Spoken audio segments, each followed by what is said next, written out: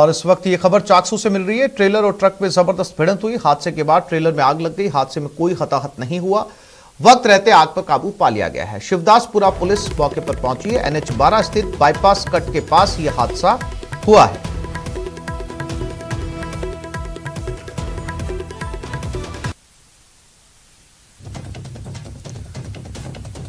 चाकसू से ये तस्वीरें जहां पर इस ट्रेलर में भीषण आग लग गई। हालांकि गनीमत यह रही इस पूरे एक्सीडेंट को लेकर कि कोई जनहानि नहीं हुई, लेकिन ये ट्रेलर पूरी तरीके से जल गया। हाईवे पर काफी देर तक जाम लगा रहा। आप तस्वीरों के जरिए देख सकते हैं सड़क के दूसरी तरफ, क्योंकि वन वे बना दिया गया था वाहनों के आने और जाने के लिए। ट्रेलर की वजह से इस सड़क को काफी देर तक बंद रखा गया।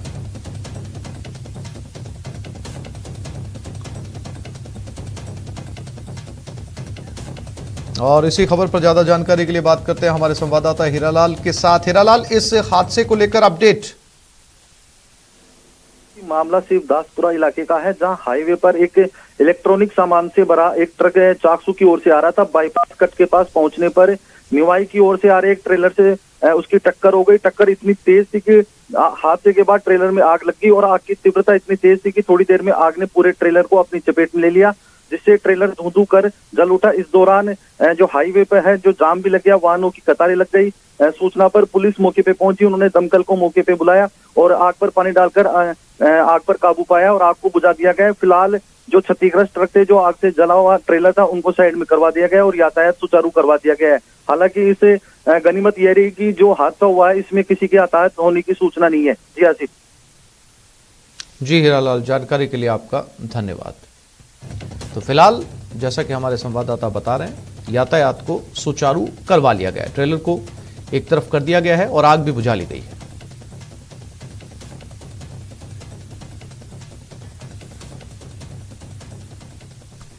और ये बड़ी खबर सीकर के श्री माधोपुर से है। सीकर में डबल मर्डर से सनसनी फैल गई। लूट के इरादे से सास बहू की हत्या कर दी गई। इलाज के दौरान दोनों ने दम तोड़ दिया।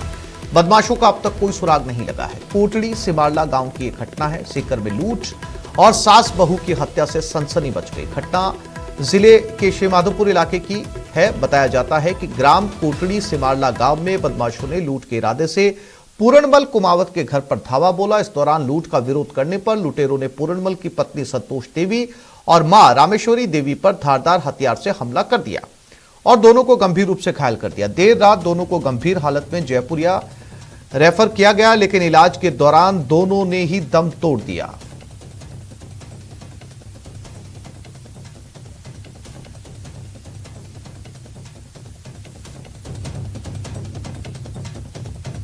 और न्यूज 18 के महत्वपूर्ण सवाल, क्या खत्म हो गया है सीकर पुलिस का इकबाल? कब गिरफ्त में आएंगे डबल मर्डर के आरोपी?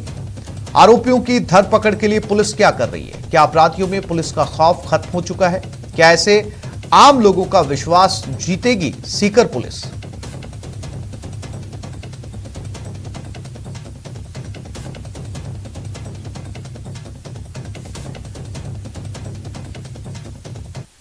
लगती है जितना देखा है मौका, उसके हिसाब से यही लगता है कि किसी ने लूट की नीयत से हमला किया है, क्योंकि महिला यहाँ पर कल तक अकेली थी। आज एक और महिला उसके साथ थी मौके पर।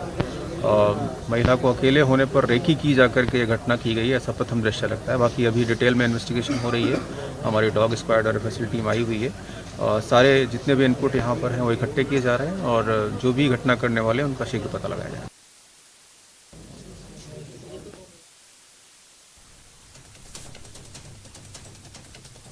सीकर के श्री माधोपुर के एक गांव की एक घटना है। अंदाजा लगाया जा सकता है कि जब घर पे केवल 2 महिलाएं थी, ऐसे में ये चोर इस घर में घुसते हैं।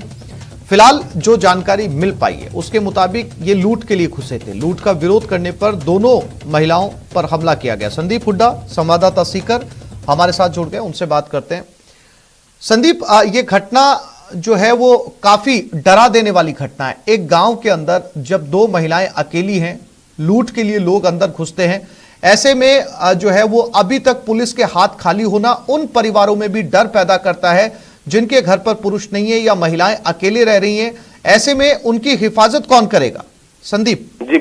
जी बिल्कुल देखिए आसिफ, आप सही कह रहे हैं, क्योंकि कल जब से घटना हुई उसके बाद से पुलिस का यह कहना है कि हम लगातार प्रयास कर रहे हैं, डॉग स्क्वाड को मौके पे बुलाया है, स्पेशल टीम को मौके पे बुलाया, लेकिन मोटा मोटी बात यही है कि अभी तक कोई सुराग नहीं लगा है। तो ये कहीं ना कहीं ढिलाई तो मानी जा सकती है, क्योंकि बहुत पूरी रात निकल गई, पूरे जिले में रात भर नाकाबंदी थी। पुलिस के अधिकारियों का कहना है कि हम लगे हुए हैं। बेसिकली अभी तक की जो जांच की जो जानकारी हमारे सामने है उसमें ये माना जा रहा है कि बड़ी संख्या में जो है, काफी मात्रा में घर से जो है वो सोना लूटा गया है, क्योंकि हाल ही में शादी हुई थी और घर पे सोना रखा हुआ था, तो घर का जो पूरा सोना है वो गायब मिला है। हालांकि सोना कितना था क्या था, क्योंकि 2 महिलाएं थी, दोनों की हत्या हो चुकी है, तो वो पूरी जानकारी तो नहीं मिल पाई है। लेकिन जो घर के मुखिया हैं उन्होंने पुलिस को ये बताया कि घर से जो सोना लूटा गया है, और जो डॉग स्क्वाड ने जांच की है उसके आधार पर यह माना गया है कि 2 लोग घर के अंदर आए हैं और घर से काफी दूर, करीब 500 मीटर दूर सड़क पर गाड़ी खड़ी की गई है, और उस गाड़ी से उतर करके पीछे की तरफ जो दीवार है वहां से तारबंदी ऊंची, काफी 6 फीट ऊंची संदीप, जो आमतौर पर गांव का माहौल होता है वो शहरों से बिल्कुल अलग होता है, क्योंकि शहर में अगर किसी घर में लूट होती है तो आमतौर पर पड़ोसी पहुंचने में बहुत देर कर देते हैं या फिर पहुंचते नहीं है। लेकिन गांव में इस तरह की लूट में जब चीख पुकार मचती है तो पूरा गांव इकट्ठा हो जाता है। ऐसे में जब इन महिलाओं पर हमला किया गया, महिलाएं जाहिर सी बात है चीखी होंगी, पड़ोसी वहां पर नहीं पहुंचे, आमतौर पर पूरे गांव को ऐसे मामलों में इकट्ठा होते हुए देखा गया। संदीप जी बिल्कुल देखिए, यही मैं बताना चाह रहा हूं कि जिस जगह ये घटना हुई है, जो घर है उसके आस पड़ोस में इन्हीं के परिवार के घर हैं, इन्हीं के भाई बंधुओं के घर हैं। लेकिन पीछे की तरफ क्या है कि खेत है, खाली जगह है, तो उस साइड से तकरीबन 6 फीट ऊंची दीवार है और उसके ऊपर तारबंदी भी की गई है। तो उसके बीच में से ये लोग अंदर घुसे हैं, तो पीछे की तरफ से घुसने की वजह से सामने जो घर के लोग थे और थे उनको तो ये दिखाई नहीं दे पाए, और फिर अंदर जाने के बाद, क्योंकि पड़ोसियों ने भी पुलिस को बताया कि उन्हें किसी तरह की कोई आवाज या किसी तरह की हलचल कोई सुनाई नहीं दी, दिखाई नहीं दी। और जब ये तो खुद घर के जो मालिक हैं, जो खुद रात को जब दुकान बंद के घर आए, तब इस पूरी घटना का पता चला। उसके बाद तो गांव के लोग इकट्ठे हुए हैं, लेकिन मोटा मोटा ये माना जा सकता है कि ब्रेकिंग करने के बाद बहुत ही शातिर तरीके से वारदात को अंजाम दिया है, क्योंकि जो करने वाले हैं उनको ये पता था कि सामने की तरफ इनके घर हैं, इधर गांव है, पीछे की तरफ से रास्ता कठिन है, लेकिन उसके बाद भी उधर से वो लोग हैं। जी संदीप, जानकारी के लिए आपका धन्यवाद।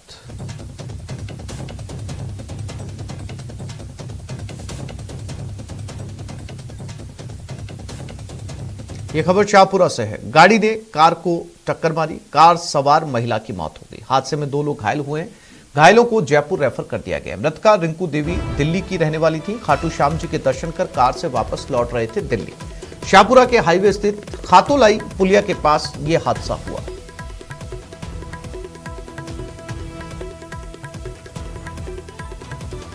एक दिल्ली की फैमिली यहां पर खाटू श्याम जी में दर्शन के लिए आई थी और वापस लौटते समय यह हादसा हुआ, जिसमें महिला की मौत हो गई।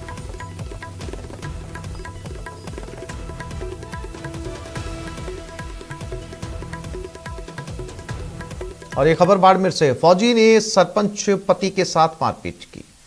पुलिस के साथ भी युवक की झड़प हुई। आरोपी ने पुलिस को दांतों तक से काटा। कड़ी मशक्कत के बाद आरोपी को अब जाकर अरेस्ट कर लिया गया है।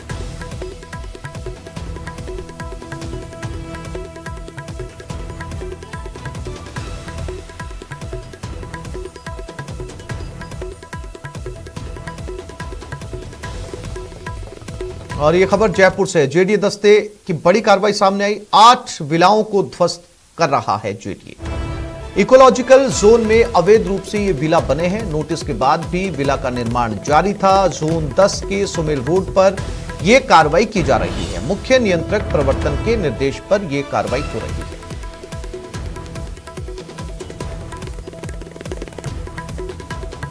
ये कार्रवाई की तस्वीरें, एक नहीं बल्कि 8 विलाओं के ऊपर ये कार्रवाई की जा रही है। एक ही पंक्ति में 8 विला बनाए जा रहे हैं। और जैसी कि जानकारी मिल रही है उसके मुताबिक बाकायदा इनको नोटिस सर्व किया गया था, क्योंकि ये जोन इकोलॉजिकल जोन है, इसमें निर्माण कार्य नहीं हो सकता। बावजूद नोटिस मिलने के ये निर्माण कार्य धड़ल्ले से चल रहा था। अब जाकर जेडीए ने इन विलाओं को ध्वस्त करना शुरू किया है। लवली वधवा संवाददाता जयपुर हमारे साथ जुड़ गए। लवली, नोटिस सर्व होने के बाद भी इकोलॉजिकल जोन में यह निर्माण कार्य चल रहा था और अब जेडीए पूरी तरीके से एक्शन में, साफ तौर पर दिख रहा है कि जो है वो तस्वीरों के जरिए इन विलाओं को ध्वस्त किया जा रहा है। क्या पूरी तरीके से ये कार्रवाई संपूर्ण हो गई है? लवली। देखिए बिल्कुल, सिर्फ मैं आपको बताना चाहूंगा कि ये जो कार्रवाई है ये आज सुबह इसकी शुरुआत हो गई थी। अब से कुछ देर बाद ये कार्रवाई पूरी होने जा रही है। और बड़ी और महत्वपूर्ण बात यह है कि इकोलॉजिकल जोन जिसके अंदर कि आप किसी तरह का कोई निर्माण कार्य नहीं कर सकते, लेकिन फिर भी यहाँ पर कमोबेश कुछ राजनीतिक पहुंच और कुछ और दबाव के चलते यहाँ पर कई बार ये लोग निर्माण कर लेते हैं। लेकिन ऐसे निर्माणों पर की ध्वस्तीकरण की कार्रवाई अपने आप में बड़ी कार्रवाई है। सीज की कार्रवाई तो हम आमतौर पर देखते हैं, लेकिन आज ये ध्वस्तीकरण की कार्रवाई जो है वो सरकार की फटकार के बाद में, निर्देशों के बाद में जयपुर का जो जेडीए का प्रवर्तन शाखा का दस्ता है वो यहाँ पर इस कार्रवाई को पूरा कर रहा है। बड़ी और महत्वपूर्ण बात यह कि जो जंगल है वो हमारे लिए बचाना बहुत जरूरी है। उस जंगल के अंदर जिस तरह से लगातार कंक्रीट का जंगल में वो हरे जंगल तब्दील होते जा रहे हैं, उसमें ये बड़ी कार्रवाई जो है अहम मानी जाएगी, क्योंकि ये 8 जो विला है ये लोगों को गाड़ी कमाई का पैसे से लोग खरीदते और आने वाले दिनों में वो भी परेशान होते। तो ऐसे में आज ये बड़ी कार्रवाई की है। 15x35 की एक विला बनी हुई थी और करीब 30 से 35 लाख रुपए में एक विला को बेचा जाना था। तो आप समझ सकते हैं कि कितने लोगों के साथ ये ठगी होती है। 8 परिवारों के साथ में ये ठगी होती है और इस विला को तोड़ने की जो कार्रवाई है वो यहाँ पर की जा रही है। किसी तरह की अप्रिय घटना ना हो, इसलिए मौके पर जो है वो भारी पुलिस का जाब्ता, जेडी की प्रवर्तन शाखा का जाब्ता जो है वो मौके पर तैनात है। मुख्य नियंत्रक प्रवर्तन जो रघुवीर सैनी है और जयपुर जेडीए के जो आयुक्त हैं गौरव गोयल, दोनों वहां से मॉनिटरिंग ले रहे हैं, अपडेट ले रहे हैं कि किस तरह से वो कार्रवाई जो है वो पूरी तरह से संपन्न की जा रही है। बड़ी महत्वपूर्ण बात ये भी है कि इस इलाके में और भी ऐसे कई अवैध निर्माण है, क्या उन पर भी जेडीए इस तरह की कार्रवाई करेगा? क्योंकि बार बार सवाल ये उठते हैं कि एक जगह छोड़ दिया जाता है, दूसरी जगह कार्रवाई की जाती है। तो ऐसे में जेडीए पर भी सवाल है कि जेडीए समान जी बिल्कुल। लवली, तमाम जानकारी के लिए आपका धन्यवाद।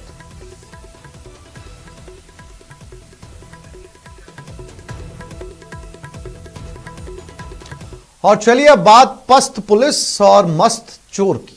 आपकी टीवी स्क्रीन पर 3 तस्वीरें हैं। ये तस्वीरें राजसमंद कोटा की हैं, जहां चोरों ने जमकर उत्पात मचाया। राजसमंद में चोरों ने एक होटल को निशाना बनाया।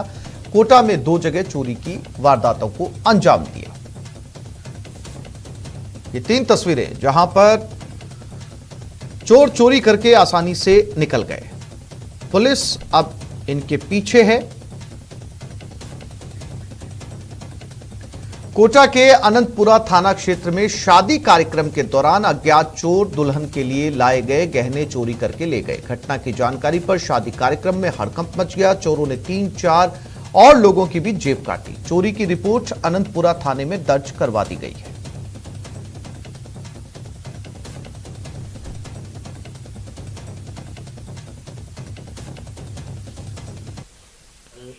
कोटा बेरोज छात्रावास में गई थी, तो वहाँ निकासी के दौरान हमारी जेबें कट गई और जेवरात चोरी हो गए।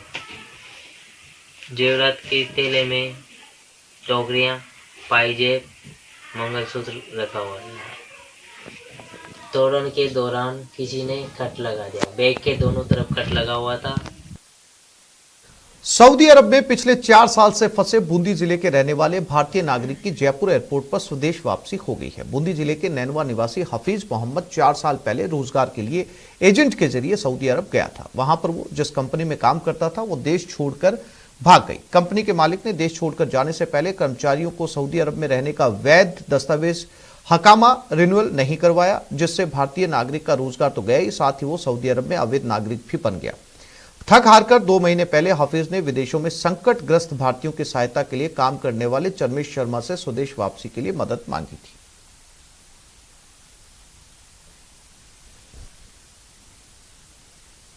के नैनवा निवासी हफीज भाई पिछले 4 वर्ष से सऊदी अरब में नारकी जीवन जी रहे थे और इनके साथ दुविधा ये हुई कि ये रोजगार के लिए जब सऊदी अरब गए तो जिस कंपनी में ये कार्यरत थे वो कंपनी सऊदी अरब छोड़कर वहाँ से भाग गई। कंपनी के सारे अधिकारी चले गए। कफिल, जिसको अधिकृत संचालक बोलते हैं सऊदी अरब में, उस कंपनी का कफिल भी चला गया और इनका जो वहाँ रहने का वैध दस्तावेज होता है इकामा, जिसके बिना कोई भी विदेशी नागरिक सऊदी अरब में नहीं रह सकता, वो इकामा कंपनी ने समाप्त करवा दिया, रिन्यूअल नहीं करवाया। और बड़ी दुविधा हुई कि इनके 1 वर्ष की पेनल्टी इकामा की 10,000 रियाल यानी 2 लाख रुपए होती है। तो 4 वर्ष की इनके 8 लाख रुपए तो वो हो गई और उस पर पेनल्टी जमा नहीं कराए तो प्रतिवर्ष 500 रियाल फाइन है। तो करीब 9 लाख रुपए इनको जमा कराने थे। 9 लाख रुपए हो और ये भारत आए तो ऐसी दुविधा थी कि इनका परिवार नैनवा में आंसू बहा रहा था, ये वहाँ बिल्कुल दुखी थे। इन्होंने संपर्क किया, वीडियो भेजकर अपनी व्यथा बताई।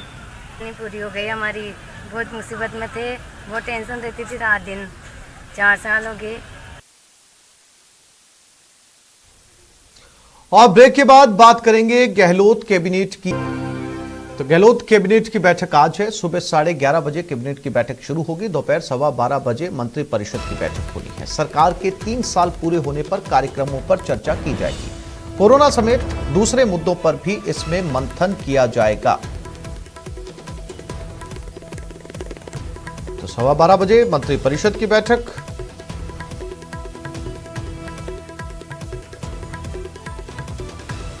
पीसीसी में आज से फिर जनता दरबार। मंत्री और पीसीसी पदाधिकारी जन सुनवाई करेंगे। 21 महीने बाद से यह जन सुनवाई शुरू होने जा रही है। आज दोपहर 2 बजे यह जन सुनवाई होनी है। मंत्री बीडी कल्ला, सुखराम बिश्नोई इस जन सुनवाई को करेंगे।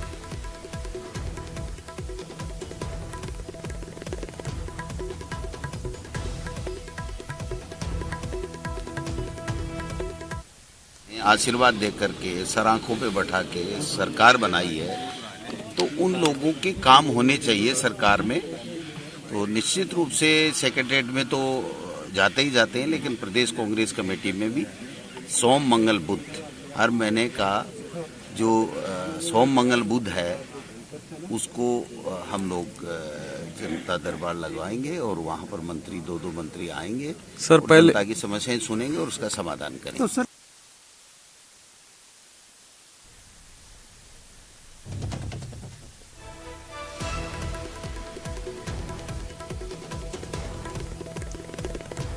बीजेपी की जन आक्रोश रैली 4 जिलों में यह जन आक्रोश रैली की जाएगी। दौसा, धौलपुर, बूंदी और सवाई माधोपुर में। बूंदी में सतीश पूनिया इसकी कमान संभालेंगे। धौलपुर में राजेंद्र राठौड़ नेतृत्व करेंगे। सुबह 11 बजे से यह जन आक्रोश रैली शुरू होने जा रही है।